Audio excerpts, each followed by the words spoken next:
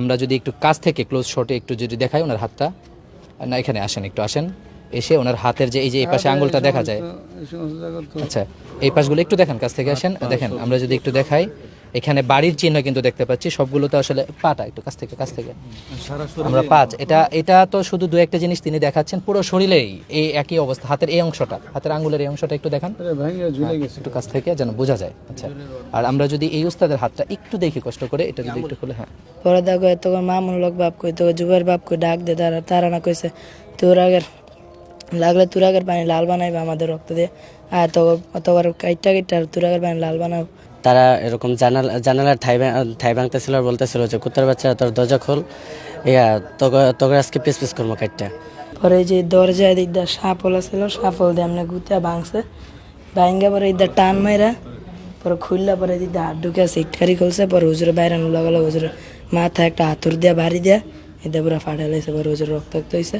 ওরা আইসেই গ্লাস ভাঙ্গা শুরু করছে, বাস দিয়ে বাইরেনো, এবং বলতেছে আত্মসমর্পণ কর, তোরা আত্মসমর্পণ কর, এই কথা বলতেছে। পরে আর বুড়া মাঝখানে বড় গেটটা ভাঙ্গা শুরু করছে, পিটাইতে 10 মিনিটের মতন পিটাইছে, পরে সাবাল দিয়া চারি দিয়া ভাঙছে, ভাঙ্গেই বাস বুস লইয়া মারা শুরু করছে উস্তাদদেরকে।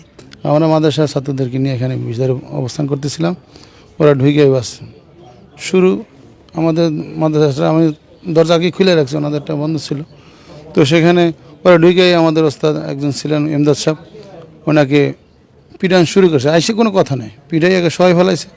আমি অবস্থা দেখে আর এক দরজা দিয়ে বাড়িতে চাইছিলাম পশ্চিমে, ধর কেউ ধর, এটা ওস্তাদ ধর, তো আমার প্রায় কমপক্ষে 200-300 হবে একেবারে আমার উপরে একসাথে অ্যাটাক করছে। তো কেউ বাইরে দিছে, কেউ ঠেকাই দিছে, কেউ বাইরে দিছে। দেখলাম যে এস পাইপ রড দিয়েই শুরু করছে আমার মাথায়, আমি তো ঠেকাইতে গিয়া আমার হাতের মধ্যেই বাড়ি পড়ে হাত আঙ্গুলটা একেবারে ভেঙে ঝুলে গেছে। এই অবস্থায় আমাকে বাইর করে বলতেছে, কোথায় তোদের মামুন, কোথায় তোর আজকে কোথায়? এখন মামুনের ডাক, মৌলানা সাহাদের বিরুদ্ধে এত কথা, তোরা কি মানুষ, তোরা সব জাহান্নামে যাবি, এই সমস্ত আবল তোল অনেক কথা বলতেছিল। তো আমরা চুপ করেছিলাম, বল সাদ আমির বল নিজামুদ্দিনে তাদের সাথে আছে, এইসব কইতেছে আর পিটাইতেছিল। তো আমাদের রাস্তায় আমাকে একেবারে দরজা দিয়ে বাইর করে সামনে গেট পর্যন্ত নিয়ে গেছে, ওখানে আবার এক পিলার তার খাম্বার সাথে আমাকে বাঁধতে চাইতেছে। আমি গেলাম, বাঁধতেছেন কেন? মারতেছেন, বাইর করে দিতেছেন, বাঁধতেছেন। তো এই অবস্থায় একজনের লঙ্গি টাইনে খুলে ফেলাইতেছে, অর্ধেক সিরা একেবারে আলাদা হয়ে গেছে।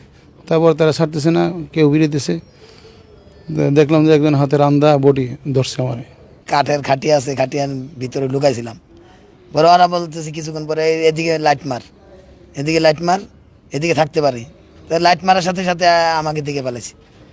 দেখার পরে আমাকে 4-5 জনে এসে বাসদা বাড়ি শুরু করছে, ওই চকি আমার জাতাদা পাড়াপাড়ি শুরু করছে।